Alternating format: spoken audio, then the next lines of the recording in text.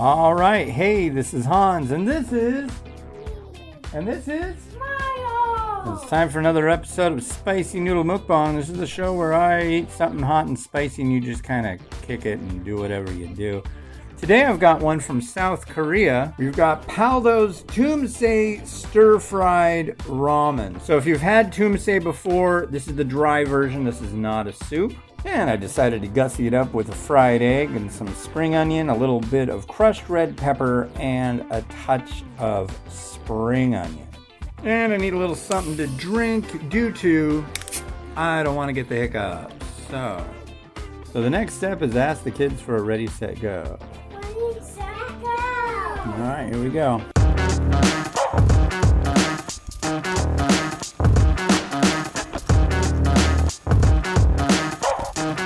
So right off the bat, I'm getting a strong flavor of pepper extract. And pepper extract will make things spicy, but it really doesn't do well for the flavor of a product I've found.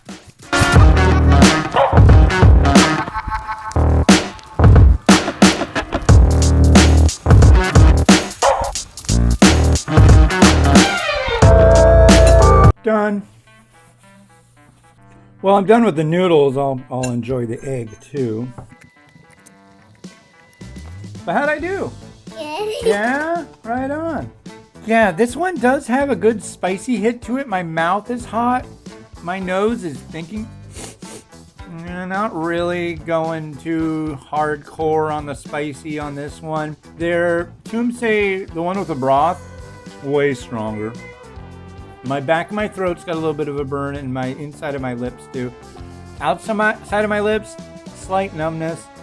It's okay. I've had very, very spicy ones that have a lot better flavor than this one.